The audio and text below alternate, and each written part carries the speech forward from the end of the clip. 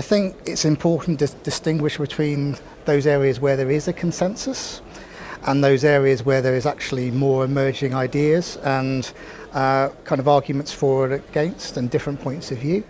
So there's an awful lot of things about connected autonomous vehicles that the debate is still going on. There is no consensus, and we'll see that play out over the next few years. I think where there is consensus around the benefits of connected autonomous vehicles is particularly around road safety. The often quoted statistic that 90% of accidents are caused or contributed by human error. If you take human beings out of the loop, then generally the professionals agree that our roads will be safer. There'll be less risks not only to car users themselves but pedestrians and cyclists and others. So if you look at the fact that there's over 1 million road deaths globally every year, the biggest prize of connected autonomous vehicles, if they're rolled out in a big way, has to be road safety and the loss of life and the suffering and the economic costs that kind of go with that. I think there's also a lot of consensus around, in principle, CAVs will make our roads, will use roads more efficiently, they will use road capacity more efficiently, and therefore traffic flow, congestion, journey time delay should actually be less of a problem in the future when we have a kind of a high adoption rate of connected autonomous vehicles on the network. And then if you translate that into kind of the sizing, the scale, the footprint of infrastructure, connected autonomous vehicles equals more efficient use of road space, equals in principle smaller infrastructure in terms of its spatial footprint. And then what do you actually do with that space? Do you give it back to kind of better public realm? Do you have walking and cycling that actually you could allocate more space to that, or indeed to public transport? Or do you actually use it for real estate development, for new land uses within cities?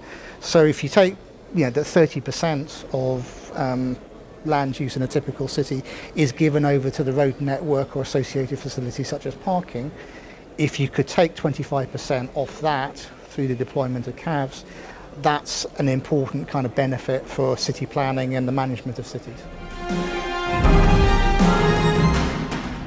Again, there's probably a broad consensus that technologically CAVs will be demonstrated, they will be kind of technically robust, they will be broadly accepted by regulators, and on our roads at the so-called level 4 and 5, that's a very high level of autonomy, potentially right by about the mid-2020s. However, being technically deployed does not equal basically mass market and does not equal 100% of our kind of traffic being autonomous within that time period.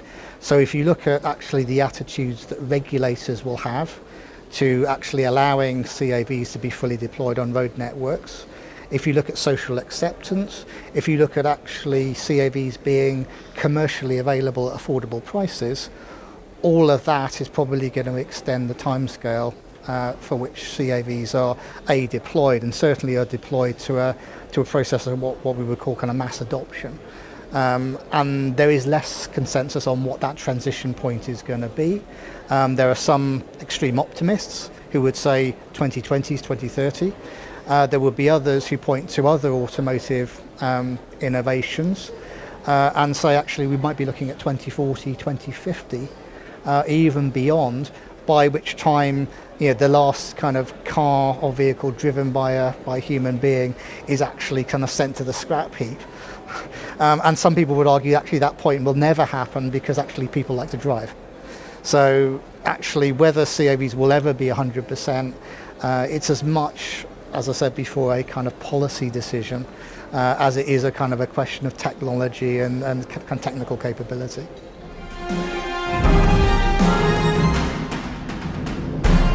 Well, I mean, I think it depends probably on the kind of the commercial approach, attitude to risk, the ability to adapt of some of the companies actually exhibiting kind of here today. So my view would be, the only certain thing is life is that things will change.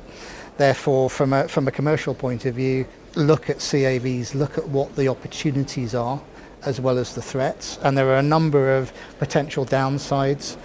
So the impact on driving related jobs, for example, is often held up as a kind of a downside of the adoption of CAVs. The threat for cybersecurity, of hacking into an autonomous vehicle, obviously with kind of consequences that go with that. But those are opportunities as well. So actually, alongside the kind of the loss of jobs in driving, there are jobs in kind of the maintenance and the management and the monitoring and the tracking of kind of the vehicle fleets that they're going to be deployed. There are clearly opportunities in things like cybersecurity and cyber protection. As Atkins, we're delighted to take part in this event. Actually, this year we've been in the Middle East for 50 years. And actually the video at our stand is projecting forward some of the ideas that we might see for infrastructure design and management looking for the next 50 years. We're presenting 2 papers, one on the technical session, which is a formal paper, and then one executive session. That's an opportunity for us to put forward some of our ideas and some of our projections of the way that the debate is going to go. But also it's a great opportunity for questions, discussion, and exploring the areas of difference and the areas of uncertainty, as well as the areas of consensus. And indeed, it's the debates over the uncertainties, which is actually a very fruitful activity, because that's going to be the areas where we see policy development, we see the development of new regulations moving forward, and we can only really do that through a process of professional debate, engagement, both with the companies which are here, but also between those companies and the RTA and governments and regulators who are also here.